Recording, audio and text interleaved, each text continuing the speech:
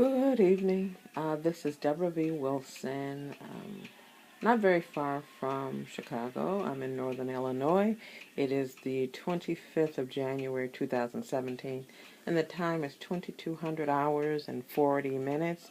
That's GMT minus 6. Um, uh, this is actually going to be a podcast not about the three countries I focus on, which would be Canada, Israel, and the United Kingdom. But this podcast, I'm going to focus on Chicago for a little bit. I'm a native of Chicago. I was born and raised in Chicago on the south side of the city. As a matter of fact, I was born and raised in the community that in which the at that time they were called the Blackstone Rangers emerged from. So I am very familiar with the dynamics of what a street gang can do. Although, ironically, at that time, I'm just speaking factually, the founder of the group, the gang, was Jeff Fort, and at that time, he was out, not incarcerated, and ironically enough, the actual street I lived on had no crime at all. It had very little crime because Jeff Fort lived nearby, and he didn't want any crime. Um, and the way in which the Blackstone Rangers manifested themselves at that time is very different from the way in which the Chicago street gangs appear to be manifesting themselves now. And that's a little the manifestation of the Chicago street gangs, and more specifically the carnage. And certainly not to say the Blackstone Rangers back in the day didn't do a fair bit of carnage. They did. They did. But it is different, and I think few with any knowledge of the city and the street gangs would differ with that statement. In any case, let me get on with things. Recently, President Donald Trump has suggested that if, and I'm paraphrasing, if the city doesn't address the problem, he'll send in the feds. So that's one end of the spectrum. And then on another end of the spectrum, there's Father Flager from St. Sabina Church. He's not only a Catholic priest, he's an activist, and he's very well known in the city. He disputes that, and instead disputes that suggestion by the president, and suggests more policy-based and social-based remedy to the problem of the carnage. Quoting the Chicago Tribune from the 24th of January 2017, as of Monday, which will be the 23rd of January 2017, there have been 228 people who have been shot in the city, and 42 of those people have died. They were killed.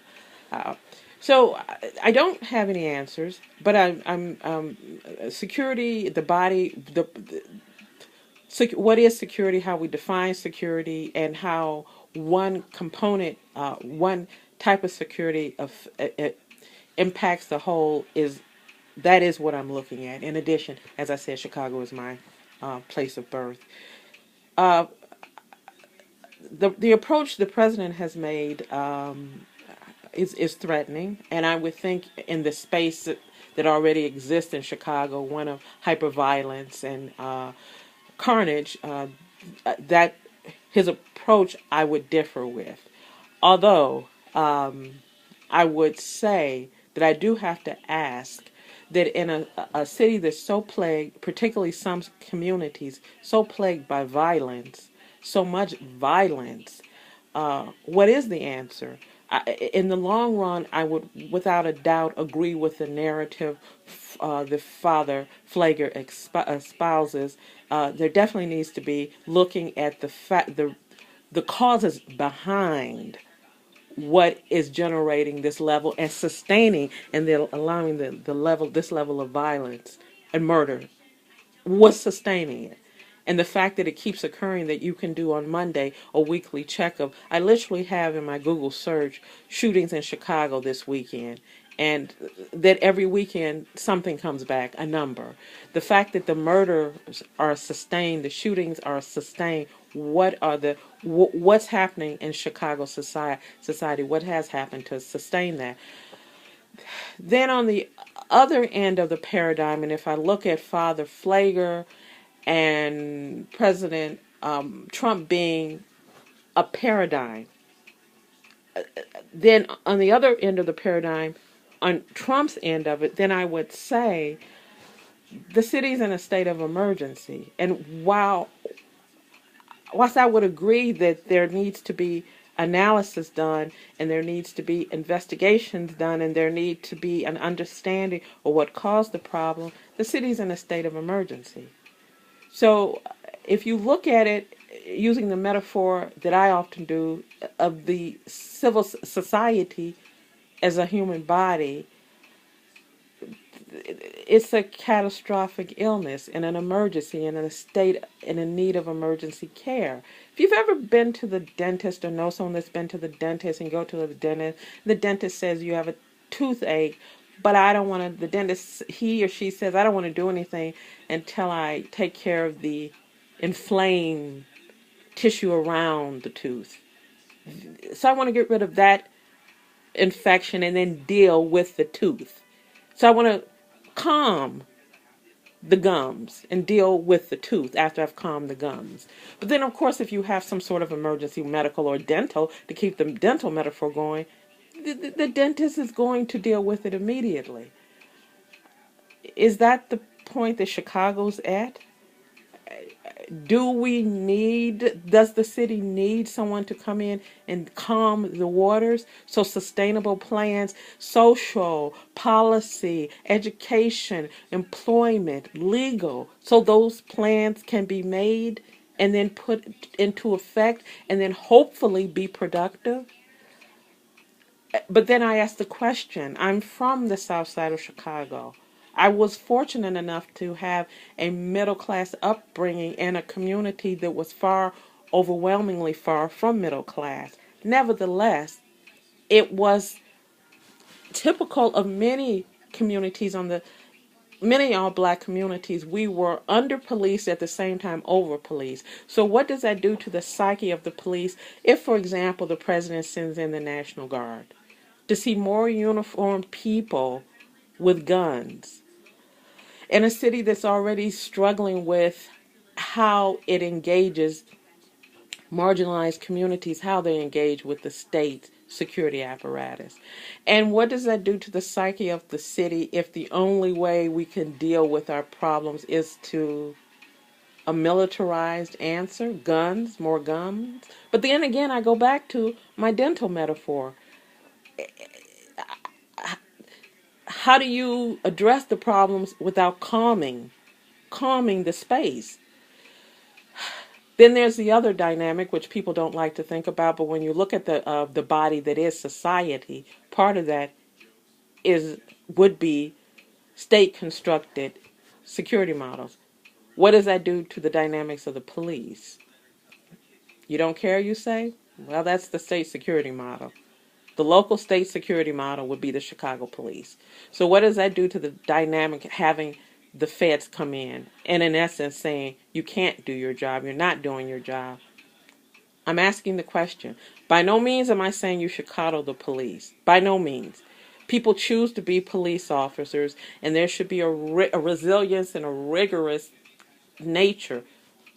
They shouldn't be thin-skinned, but nevertheless, they are still human. So what's that going to do to the police, the dynamics of the police?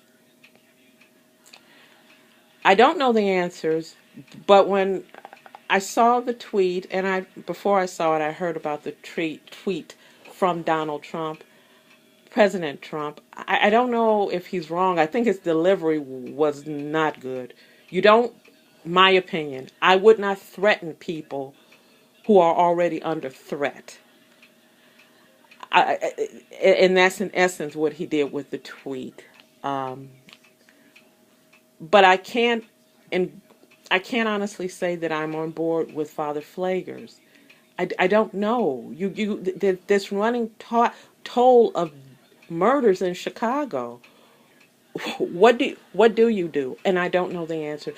Those are just some questions. And as opposed to taping this podcast because I'm muddled up and choked up because it is my city of birth. I think I'm going to let this podcast stand as it is. And in closing, I'm going to ask, how does, in general, Chicago and bigger picture the USA define terror when last year, 2016, over 700 people were murdered in Chicago? This year, we're not even out of the first month of the new year, 2017. And there, according to the Chicago Tribune, the same source, over 200 people shot, 228, 42 people murdered. How are we defining terror? And in this huge mechanism to address quote-unquote Islamic extremism, is that the only thing it does? It doesn't address extremism of any other kind emerging from any other communities? It's part of that because it's much more glamorous, and that's the word I'm choosing to use, to go on CNN, MSNBC, Meet the Press, and talk about your latest security plan model to beat and combat ISIS. Not so much about some teenage boys shooting up a bunch of black people and Mexicans in Chicago. That's not so glamorous. How could this happen? And a nation that has a security model in which we spend billions of taxpayer dollars, but every Monday morning you can get up and go online and see the latest group of people shot dead in Chicago. This is Debra V. Wilson. Don't have any answers, but a lot of questions. Thank you.